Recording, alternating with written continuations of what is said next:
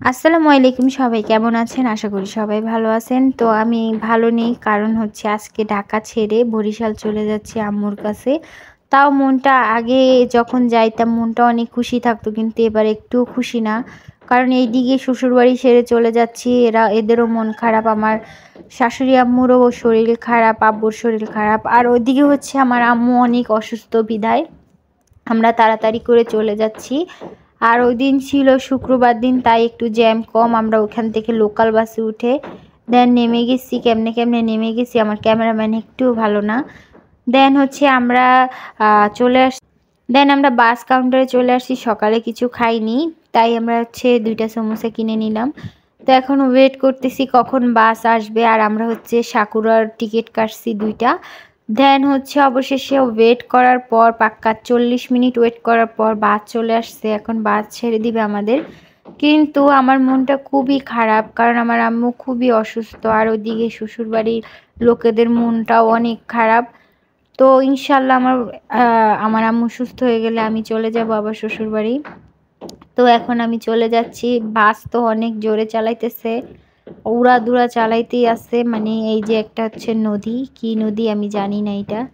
দেন হচ্ছে দেখেন আমাদের বাসের ভিতরে আমরা ফুল দোকান দিয়া বইসা রইছি, একদম কলা, চিপস সব কিছুই আছে, কিনা রাখছি, যখন ক্ষুধা লাগবে খাইয়া ফেলবো। আর আমি ভাবছি এই বাসটা হচ্ছে বিরতি দিবে, কিন্তু বিরতি দেয় নাই, ডিরেক্ট চলছে। কিন্তু লাকটা এতটাই খারাপ, আমরা যে বাসে উঠি ওই বাসই হচ্ছে কি বলে নষ্ট হয়ে যায়। এখন হচ্ছে জুমার দিন, ওই দিন তো জুমার দিনে সবাই নামাজের জন্য বিরতি দিচ্ছে, আর সে কি জানি টাকা দিয়ে আমাকে কি টাকা দেখাইলো নাকি বুঝলাম না। যাই হোক, সেও খাইতেছে আমিও খাইতেছি, আমি ওইগুলা খাইতে পারি না বিদে এটা কিনছি।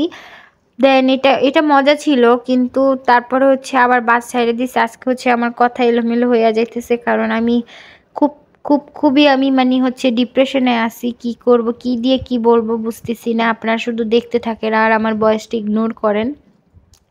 দেন হচ্ছে এখন এই যে পদ্মা নদীতে উঠে গেছি, পদ্মা নদী, পদ্মা ব্রিজ। কিন্তু আমার মনে হলো যে এটা পদ্মা ব্রিজ কিভাবে হয়, দেখেন এত ছোট পদ্মা ব্রিজটা আমার কাছে লাগছে নাকি আমি বুঝি না। আর পানি কোথায়?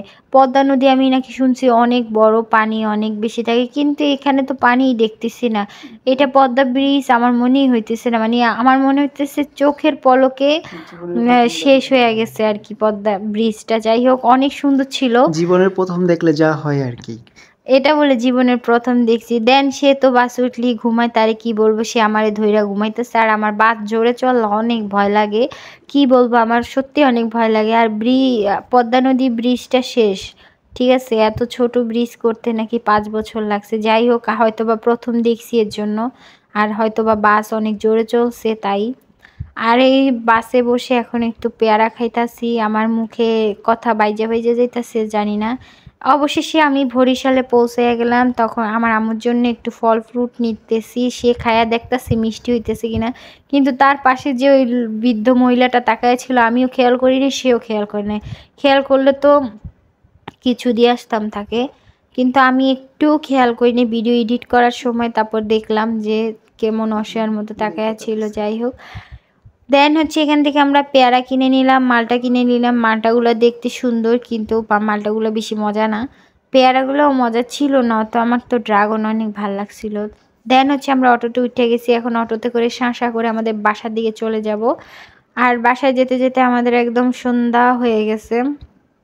এখন আমরা এই যে অটো, এটা হচ্ছে আমাদের কি বলে ভুইলা গেছি। যাই হোক, পরে মনে করলে বলবো আপনাদের। তো সবাই ভালো থাকবেন, আল্লাহ হাফেজ। ভিডিওটা আজকে এই পর্যন্তই।